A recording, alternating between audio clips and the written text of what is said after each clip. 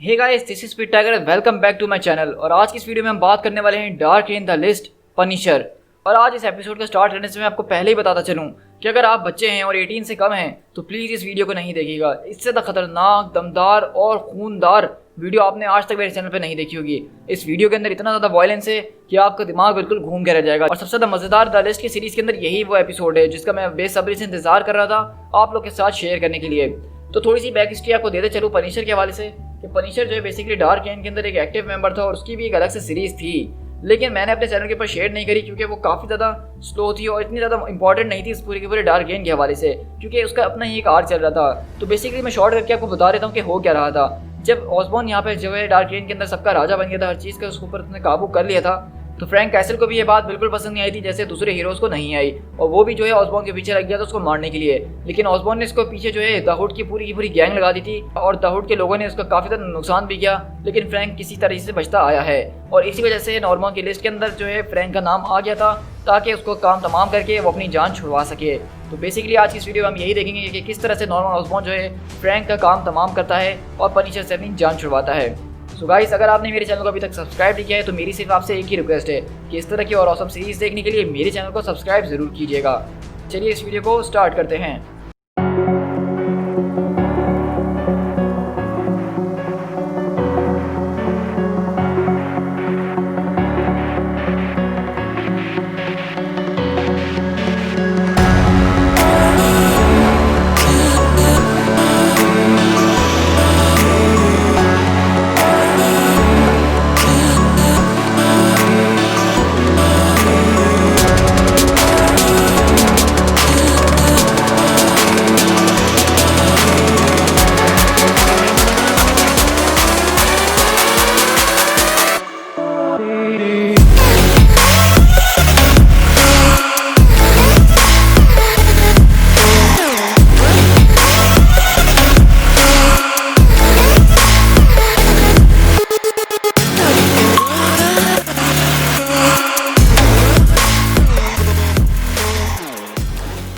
कहानी की शुरुआत होती है न्यूयॉर्क सिटी के अंदर से, जहाँ पे हम देखते हैं कि एक लड़का जो कि इस वक्त फ्रैंक कैसल यानी पनिशर की मदद कर रहा है, वो कहता है कि डैम इट फ्रैंक, मेरे फ़ोन का जवाब तो दो। आई नो तुम मुझसे काफ़ी ज़्यादा गुस्सा हो, लेकिन इस वक्त तुम्हें मेरी बात सुननी ही होगी, ये बहुत ही ज़्यादा ज़रूरी है। मैं हैमर के कुछ सिस्टम को हैक करने की कोशिश कर रहा था और मुझे ये बात पता चली कि ऑसबॉर्न यहाँ पे एक हैवी थंडर लेकर आ रहा है। फ्रैंक, तुम मेरी बात पे विश्वास नहीं करोगे, लेकिन इस वक्त उसने अपनी पूरी इंटायर ऑर्गेनाइजेशन को सिर्फ एक ही टास्क के ऊपर लगाया है, वो तुम फ्रैंक, यानी कि वो तुम्हें जान से मारने के लिए आ रहे हैं। और इस तरह हम शिफ्ट होते हैं हैमर के एक हेली कैरियर के अंदर, जहाँ पे सारे के सारे एजेंट्स और यहाँ पे ऑसबॉर्न खड़ा हुआ होता है और वो लोग बोलते हैं कि हमारे पास कंफर्मेशन है, टारगेट को लोकेट कर लिया गया है डायरेक्टर ऑसबॉर्न। तो कहता है कि ये तो बहुत ही अच्छी खबर है, मुझे उसके कोऑर्डिनेट्स बताओ कि वो कहाँ है और सारे अवेलेबल यूनिट्स को उसकी कवरेज के अंदर अलर्ट कर दो। तो कहता है कि सर आप वाकई में सीरियस हैं? तो कहता है तुम्हें क्या लगता है कि मैं यहाँ कोई मजाक कर रहा हूँ? तो कहता है कि नहीं सर, मुझे माफ़ कीजिएगा, मैं इसको अभी कर देता हूँ। तो हम चलने के लिए ठीक हैं अब? तो कहता है कि नहीं, अब हम चलने के लिए बहुत बढ़िया हैं। और इस तरह फ्रैंक कैसल के पास शिफ्ट होते हैं जो कि अपनी स्टोरी सुना रहा होता है एक बंकर के अंदर बैठा हुआ, और उसकी हालत बहुत ही ज़्यादा बुरी हो रही है। मतलब लिटरली उसकी पूरी बॉडी की हड्डियाँ टूट चुकी हैं, पूरी बॉडी पे ज़ख्म ही ज़ख्म भरे हुए हैं। और कहता है मैं इस वक्त ठंडा एक पत्थर की तरह हो रहा हूँ, हर सुबह मेरे साथ सेम यही चीज़ होती है, एक ही नाइटमेयर जो है बार बार मेरे पास आता रहता है, लेकिन पिछले कपल ऑफ वीक्स वो मेरे लिए बहुत ही खतरनाक गए हैं। मेरे ज़ख्म जो हैं अब वो मैंड भी नहीं हो रहे हैं, मेरे घाव जो हैं वो भर भी नहीं रहे हैं, और मेरी बीवी मारिया मुझे कहीं ना कहीं से देख रही होगी और ये बहुत ही बुरा है। लेकिन अगले पल हम देखते हैं कि उसको पता चल जाता है कि उसके चारों तरफ एक पेरीमीटर सेट कर दिया गया है, और कहता है लगता है वक्त आ ही गया है रेड, मुझे तो ऐसा लग रहा था कि तुम लोग कभी मेरे पास आओगे नहीं। और वहीं पे हम देखते हैं कि जिस ट्रक के अंदर वो छुपा हुआ होता है उसके ऊपर पूरे के पूरे हैमर के हेली कैरियर और एक पूरी आप समझ लीजिए कि अर्माडा आ रहा है सिर्फ एक आदमी को पकड़ने के लिए, और कहता है कि टारगेट को लॉक कर दिया गया सर। और वहीं पे वो दूसरा एजेंट बोलता है कि गुड, अब उसके चारों तरफ एक पेरीमीटर सेट करो और एरिया को सिक्योर करो। तो वो बोलता है कि नहीं कोई पेरीमीटर नहीं, अब हम और ज़्यादा वक्त तो बर्बाद नहीं करेंगे, क्या वो ट्रक के अंदर है? अगर वो उस ट्रक के अंदर बैठा हुआ है तो सिंपली उसके ऊपर एक मिसाइल आर्म कर दो और ख़त्म करो ये कहानी। और इस तरह हम देखते हैं कि वहाँ पे हेली कैरियर से बहुत ज़्यादा मिसाइल जो हैं वो उसके ऊपर बरसाना शुरू कर देते हैं, और लेकिन हम देखते हैं कि इस मिसाइल्स की वजह से वहाँ पे एक बहुत ही बड़ा धमाका होता है और ऑसबॉर्न यहाँ पे मुस्कुरा रहा होता है, लेकिन वो बोलता है कि मिस्टर ऑसबॉर्न सर। तो कहता है कि अब क्या हो गया? कहता है कि सर हमने उसको मिस कर दिया है। तो ऑसबॉर्न बोलता है कि मिस कर दिया? क्या तुम्हारा दिमाग ख़राब हो गया है? ये सर मुझे माफ़ कीजिएगा, लेकिन ऐसा लग रहा है कि कैसे उस वक्त उस वैन के अंदर ही नहीं था जब टाइम ऑफ डेटोनेशन आया था। लेकिन वहीं पे ऑसबॉर्न की बहुत ज़्यादा हटती है और वो कहता है कि डेकिन अब तुम जाओ। और इस तरह हम देखते हैं कि डैकन को वहाँ पे भेजता है फ्रैंक कैसल के पीछे और कहता है कि सारे के सारे ग्राउंड एजेंट्स को एक्टिवेट कर दिया जाए, डिप्लॉय ग्लाइडर ट्रूप्स।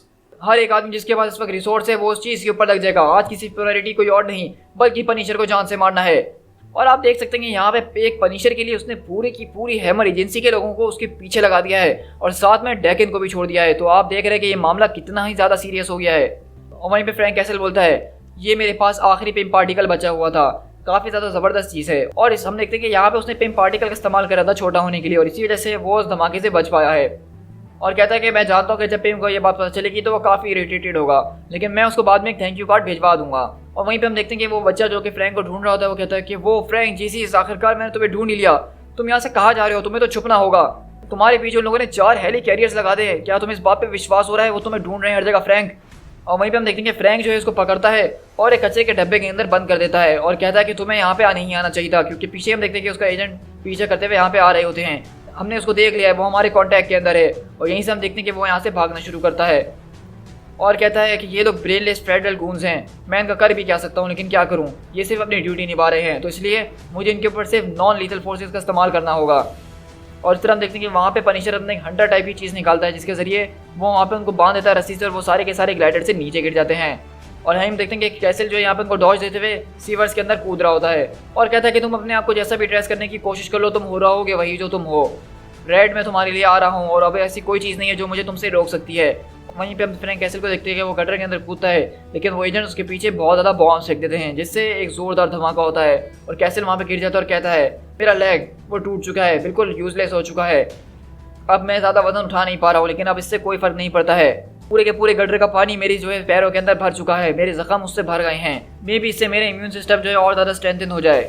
चलो अच्छा ये है, मैं कम से कम अपने आप को मजबूत तो बना रहा हूँ, ये मेरे लिए एक और अपॉर्चुनिटी हो सकती है अपने आप को मजबूत करने के लिए। हमेशा एक नई अपॉर्चुनिटी ढूंढनी चाहिए, वो कहीं अगले कॉर्नर पे हमारा इंतजार कर रही होगी। लेकिन हम देखते हैं कि फ्रैंक यहाँ पे आके जब छुपता है और जब पीछे पलट के देखता है तो वो बोलता है कि फक मी, क्योंकि पीछे वहाँ पे डैकन आया हुआ होता है और कहता है तो बताओ तुम्हारा क्या प्लान है, और वो अपने क्लॉज निकाल के सीधा उसके ऊपर अटैक करता है। और वहीं पे वो बोलता है कि क्लॉज, ये क्लॉज तो मुझे कभी भी अच्छे नहीं लगे हैं, और वहीं पे वो अपना एक वेपन निकाल के उसके ऊपर अटैक करने लगता है। गन्स जो है वो मुझे हमेशा से पसंद है, उसके लिए ज़्यादा करीब नहीं आना पड़ता है और वो तेज़ी से काम करती हैं। कहता है कि हाँ गन्स अच्छे तरीके से काम करती है, लेकिन अगर उस चलाने वाले ओल्ड मैन से तुम्हारा टारगेट तेज हो तो तुम उस गन का क्या काम करोगे। और अब वहीं देखते हैं कि वहीं पे डैकन जो है कूदता है उसके ऊपर और अपने दोनों के दोनों क्लॉज लेके उसकी छाती के आर पार कर देता है और कहता है कि हाँ और मैं वही आदमी हूँ जो तुमसे तेज है। तो वहीं पे फ्रैंक कैसल उसको पकड़ता और कहता है ठीक है बच्चे, मान गया तुम्हें, तुमने वाकई मुझे इंप्रेस कर दिया। लेकिन वहीं हम देखते हैं कि फ्रैंक उसके इतने ज़्यादा नज़दीक आ जाता है कि वो अपने दांतों से उसकी होठ खींच के फाड़ देता है। और ये देखिए डैकन उसको देखने लग जाता है कि आखिरकार ये चीज़ क्या है, मतलब इतना ज़्यादा डर्टी फाइट कौन कर सकता है।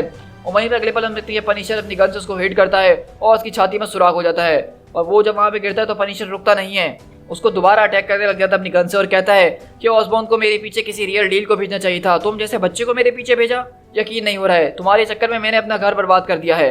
तुम्हें पे डैकन जो अपनी बहुत बुरी हालत में वहाँ से उठते हुए कहता है तुमने जो सिर्फ मेरे लिए भी काम हुआ करता था तुमने उसको मेरे लिए एंटरटेनमेंट बना दिया है, अब वाकई में मुझे यहाँ आके बहुत ज़्यादा मज़ा आ रहा है, तुम यहाँ से कहीं नहीं जा सकते हो, तुम मुझसे कहीं नहीं भाग सकते हो, आई समझ में तुम्हें, तुम कहीं नहीं जाने वाले।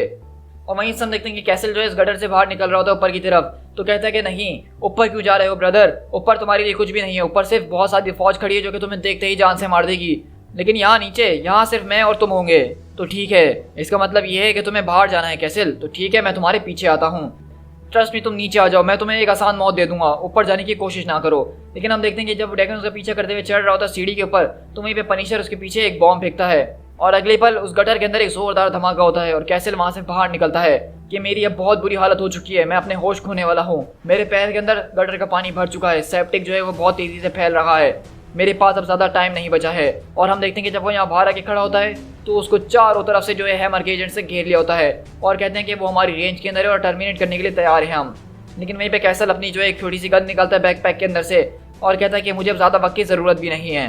लेकिन हम देखते हैं कि यहीं पे फ्रैंक कैसल उनके ऊपर अटैक कर पाए, पीछे से हम देखते हैं गटर में से डैकन निकलता है जो कि इस वक्त बिल्कुल जल के कबाब बन चुका है और वो गुस्से में कहता है तुम सब भाड़ में जाओ, तुम सब के सब फौरन यहाँ से अपनी शक्लें और दफ़ा हो जाओ, इस पिक से तो मैं अकेले ही लड़ूंगा, मैं चाहता तो इन सब लोगों से इस वक्त तुम्हें मरवा सकता था और यही तुम डिजर्व भी करते हो, लेकिन तुमने मुझसे पंगा लेने की कोशिश करी है कैसल। तो अब जब मैंने अपना बर्बाद इतना वक्त कर ही दिया है तो इस कहानी को मैं खुद अपने हाथों से ख़त्म करना ज़्यादा पसंद करूंगा। वहीं पे पनिशर उसकी तरफ गन पॉइंट करता है और कहता है क्या आज रात तुमसे वैसे ही बकवास करने वाले लड़के या फिर काम के बारे में भी कुछ सोचा है? और यहीं पे हम देखते हैं कि वो उसके ऊपर गन शूट करता है और यहाँ पे डैकन उसके पास अपने पंजे लेते हुए कूदता है। और इस तरह हम देखते हैं कि डैकन और पनिशर एक दूसरे के बहुत ज्यादा करीब आ गए होते हैं। यहाँ पे पनिशर का बहुत बुरी तरीके से खून बह रहा होता है, वो बहुत जख्मी होता है, लेकिन अभी भी वो डैकन को टक्कर देने की कोशिश कर रहा होता है। वो अपनी यहाँ पे गन निकालता है, उसको भूनने की कोशिश करता है उससे, लेकिन वहीं पे डैकन अपने क्लॉज उसके हाथों के अंदर घुसाता है और पनिशर अपना मुक्का उसकी खोपड़ी के अंदर मारता है और वहीं पे वो एक चाकू निकालता है और उसके गले में घोंप देता है। लेकिन यहीं से हम देखते हैं कि डैकन भी अपने पंजे जो है उसके मुंह पे मारता है और उससे उसका गला काट देता है। The Punisher, the big baddest, सही कहा मैंने, लोग तुम्हें इसी नाम से बुलाते थे ना, अपनी हालत देखो जरा। और हम देखते हैं कि पनिशर अब यहाँ पे बिल्कुल वाकई में अपने एंड के पास पहुंच चुका है, क्योंकि यहाँ पे जो है डैकन ने उसके गले पे पंजे मार दिए और उसके गले से बहुत तेजी से खून बह रहा है और मतलब चारों तरफ पनिशर के सिर्फ खून ही खून है और कुछ भी नहीं। तुम एक ओल्ड क्लबजी से आदमी जो कि अपने आप को शेर समझता है और लोगों के पीछे जाता है। तुम अपनी गन लेके लोगों के साथ ज्यादती करते हो और इंसाफ की बातें करते हो। तुम्हें क्या लग रहा था कि तुम इस इंसाफ से कब तक बचते रहोगे? और यहीं अगले पल हम देखते हैं कि डैकन जो है यहाँ पे अपने क्लॉज के जरिए पनिशर का हाथ उसके धड़ से अलग कर देता है और कहता है, इस तरह से मौत होती है तुम जैसे कचरे की, सिसकते हुए, लड़कते हुए। लेकिन हम देखते हैं कि यहाँ पे जो है वो अभी भी दूसरे हाथ से अपने चाकू को इस्तेमाल करने की कोशिश कर रहा होता है, लेकिन वहीं पे डैकन उसके दूसरे हाथ को भी जो है अपने क्लॉज के जरिए स्लाइस कर देता है। लिटरली यहाँ पे पनिशर का हाथ जो है स्लाइस होते हुए जमीन के ऊपर गिर रहा है और वहीं पे अगले पल जो है उसके मुंह के ऊपर भी वो एक और क्लॉ मार देता है और जिससे फ्रैंक कैसल वहां पे गिर जाता है। और वहीं पे डैकन बोलता है, जब तुम फेस टू फेस एक खतरनाक किस्म के असैसिन से आते हो तो ये तुम्हारी हालत होती है, bleeding out, far from home. वहीं पे डैकन अपने क्लॉज हवा के अंदर उठाता है और कहता है, हेल, जरा अपने मंकी फेस की तरफ तो देखो, तुम तो बिल्कुल सरप्राइज भी नजर नहीं आ रहे हो। तुम्हें देख के तो ऐसा लग रहा है कि जैसे अब तुम सुकून में आ गए हो। और अगले पल डैकन जो है उसका सर धड़ से अलग कर देता है और अपने क्लॉज को जो उल्टा सीधा उसकी बॉडी पे चलाना शुरू करता है। और बेसिकली हम यहाँ पे देखते हैं लिटरली यहाँ पे डैकन ने उसकी बॉडी के अलग अलग पार्ट्स करके एक कसाई की तरह उस छत से नीचे फेंक दिए होते हैं और पनिशर की बॉडी के अलग अलग पीस यहाँ पे गिरते जमीन पे आ रहे होते हैं। और वहीं पे वो एजेंट बोलता है, हमें इस बात की वेरिफिकेशन मिल चुकी है sir, Frank castle born Francis जो था, जिसका कोड नेम पनिशर था, उस टारगेट को अब एलिमिनेट कर दिया गया है। तो ऑसबॉर्न बोलता है कि clean it up, all agents repeat, उस सारी की सारी जगह को जो है स्क्रब कर दो, बिल्कुल लगना नहीं चाहिए कि वहाँ पे आज इस तरह का कोई काम हुआ है। और सर ये सब करने के बाद सारे के सारे लोग हेलिकैरियर प्राइम के अंदर वापसी लौट कर आए। और इस तरह हम देखते हैं कि यहाँ पे डैकन खड़ा हुआ होता है, पनिशर की बॉडी उसके सामने एक गोश्त के लोथड़े की तरह पड़ी होती है, जिसका हाथ कहीं और पैर कहीं पड़ा होता है। और वहीं पे डैकन उसकी बॉडी को देखता है और लात मार के वहाँ छत से नीचे फेंक देता है। और इस तरह हम देखते हैं कि वहाँ पे उस कचरे के डब्बे के अंदर फ्रैंक कैसल की बॉडी के अलग अलग पार्ट्स पड़े हुए होते हैं। दी एंड। सो गाइस, मुझे पता है कि ये वीडियो बहुत ही ज़्यादा आर रेटेड वीडियो होने वाली है। मुझे पता है कि आप में से बहुत सारे लोगों ने ऐसा कभी भी एक्सपेक्ट ही नहीं किया होगा कि इस तरह के मार्वल कॉमिक्स के अंदर कोई डार्क चीज़ भी हमें दिखाई जा सकती है।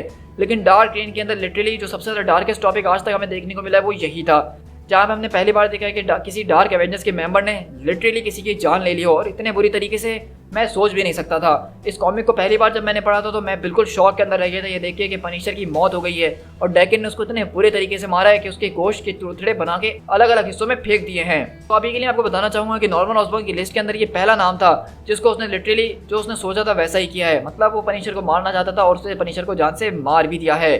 तो आप देख रहे हैं कि ऑसबॉर्न यहाँ पे इतना भी हल्का नहीं है जितना हम उसको समझ रहे थे। लेकिन अभी के लिए मैं आपको बताना चाहूँगा कि इस वक्त कॉमिक्स के अंदर फ्रैंक कैसल की सच में जो है डेथ हो गई थी।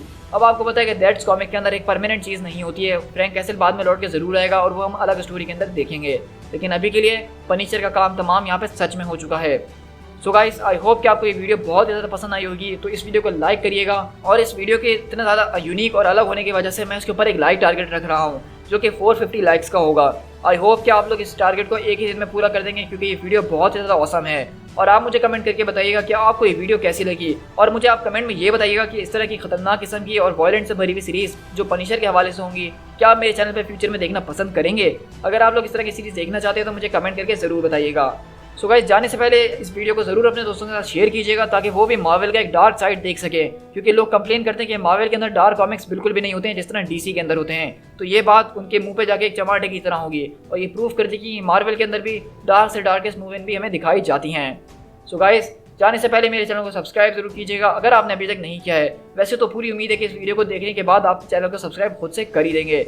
सो guys, this is Speed Tiger. मिलते हैं किसी और कॉमिक बुक सीरीज के साथ। Till then, thank you so much.